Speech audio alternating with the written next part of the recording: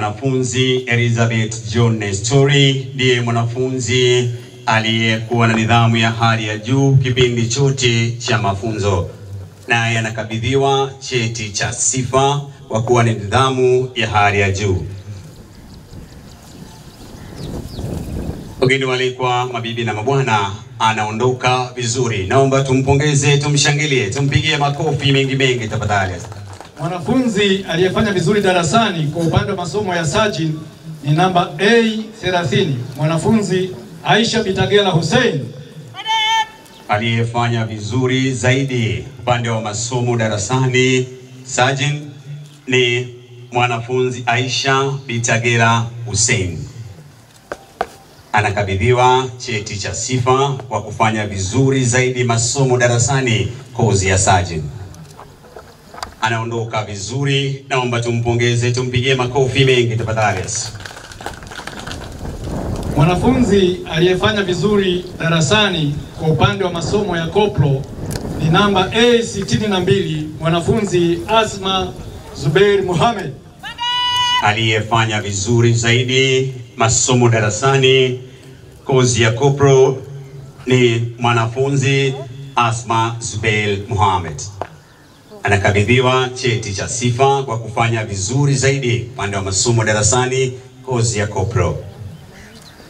Wageni walikuwa, mabibi na mabwana, ameondoka vizuri sasa. Naomba tumshangilie, tumpigie makofi mengi tafadhali. Mwanafunzi aliyefanya vizuri katika uongozi na atakayevaa cheo cha Sajin kwa niaba ya wenzake ni namba A65, mwanafunzi Felix Kennedy Stefano.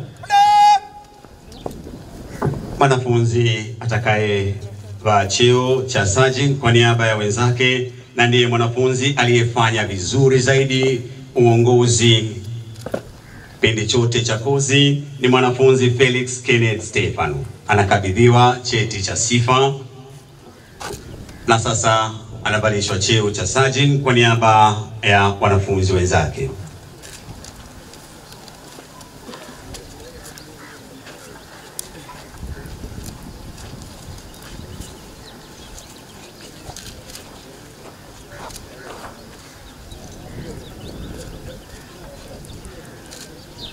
Umeingia leo? Umeingia leo Morogoro? Au umekuja tangu jana? Jana, tangu jana.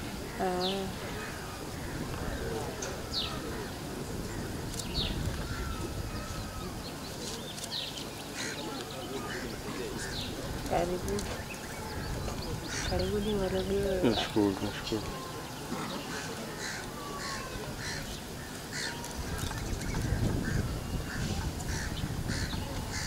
Wageni walikuwa, mabibi na mabwana, anayeondoka hivi sasa ni Sergeant Felix Kennedy Stefano. Naomba tumshangilie, tumpigie makofi mengi. Mwanafunzi aliyefanya vizuri katika ukakamavu na atakayevaa cheo cha koplo kwa niaba ya wenzake ni namba A18, mwanafunzi Kitwana Heri Mtwana.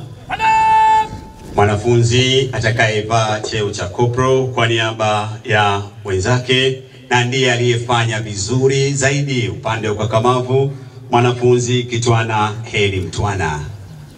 Anakabidhiwa cheti cha sifa kwa kufanya vizuri sana upande wa ukakamavu na sasa anavalishwa cheo cha koplo kwa niaba ya wanafunzi wenzake.